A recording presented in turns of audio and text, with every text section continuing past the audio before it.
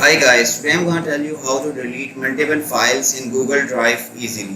So simply you need to open your web browser and then you need to write google.com.pk. After this you will get this window. Then you need to click on the top right corner Google Apps and then you have this option Drive. Click this.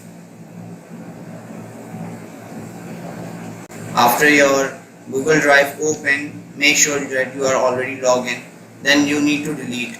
For example, if I want to delete this file, I'll simply click on three dot and then click on delete. Move to trash and see it's deleted. But what if I want to select more?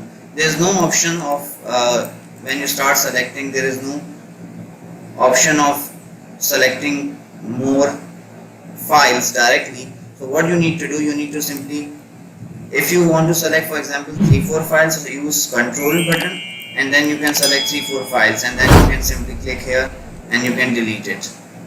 But if you want more files, more than 20, 30, 50, so simply you need to start selecting and then you need to press the shift button in the end and then you again scroll down, press shift again and then again do the same procedure. So for example, I have selected so many files. Right now you can select more files also.